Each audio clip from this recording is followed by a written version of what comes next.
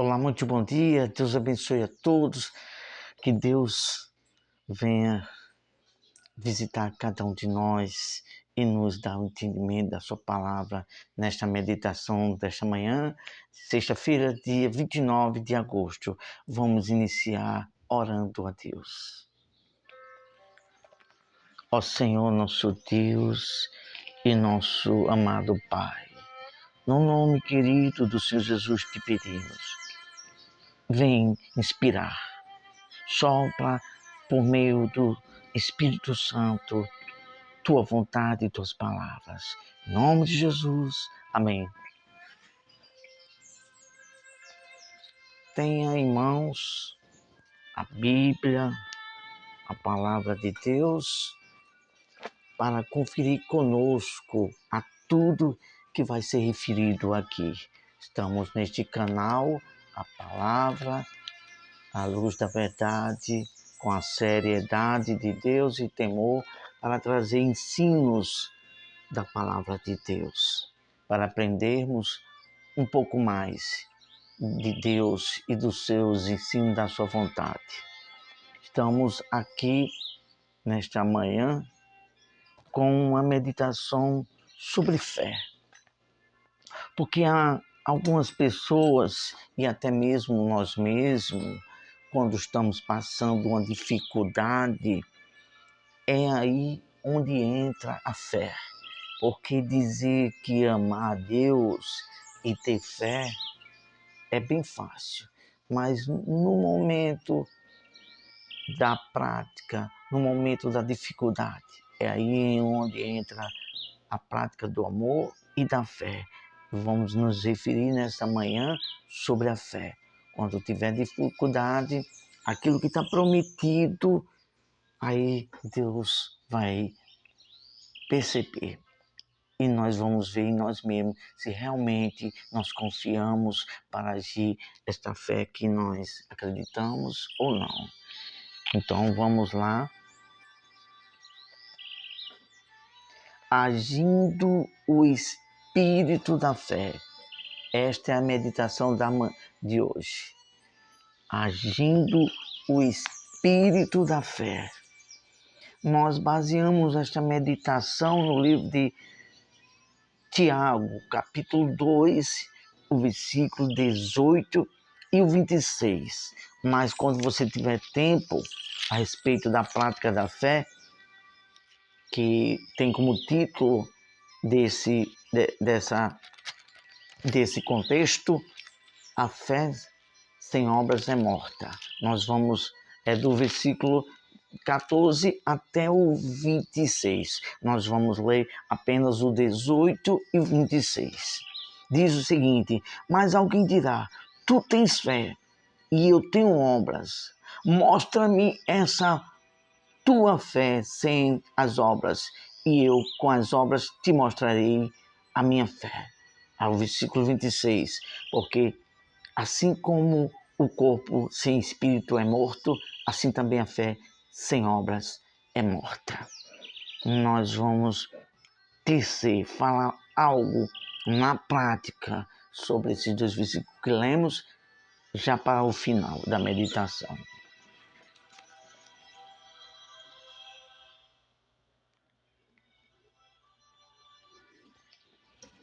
Olha só o que vamos ler de início. Vamos falar pouco. Deus anseia ver em nós um espírito de fé e confiança nele. Vamos ler aqui no livro de Juízes, capítulo 6, versículo 11, que diz o seguinte: então veio o anjo do Senhor e assentou-se debaixo do carvalho que está em Ofra, que pertencia a Joás, a Biesrita, ou seja, do lugar onde ele nasceu. E Gideão, seu filho, estava malhando trigo no lugar para o pôr, no lagar para o pôr a salvo dos midianitas. Nós vemos aqui uma atitude de coragem e de fé que chamou a atenção de Deus. O que chama a atenção de Deus não é a gente dizer, eu tenho fé, Senhor, eu tenho fé. É quando você age essa fé em atitude naquilo que você crê. E a atitude de Gideão foi algo que chamou a atenção de Deus. Deus enviou o anjo e ficou observando. Ele estava num lugar isolado, escondido, malhando trigo para não padecer, porque os midianitas destruíam tudo, as plantações. É assim que o diabo faz também, simbolicamente, espiritualmente, em nossos dias. Ele faz de tudo para destruir as pessoas, as famílias, para as pessoas viverem uma vida derrotada, frustrada.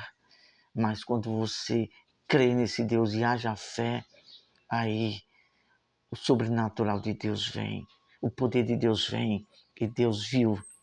E na pessoa do anjo, Deus falou assim: homem valente, o Senhor é contigo.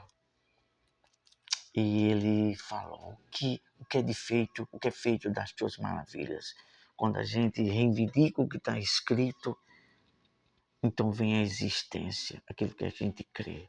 Estava parecendo um momento difícil, muitas das vezes por causa de algum deslize na obediência aos mandamentos de Deus.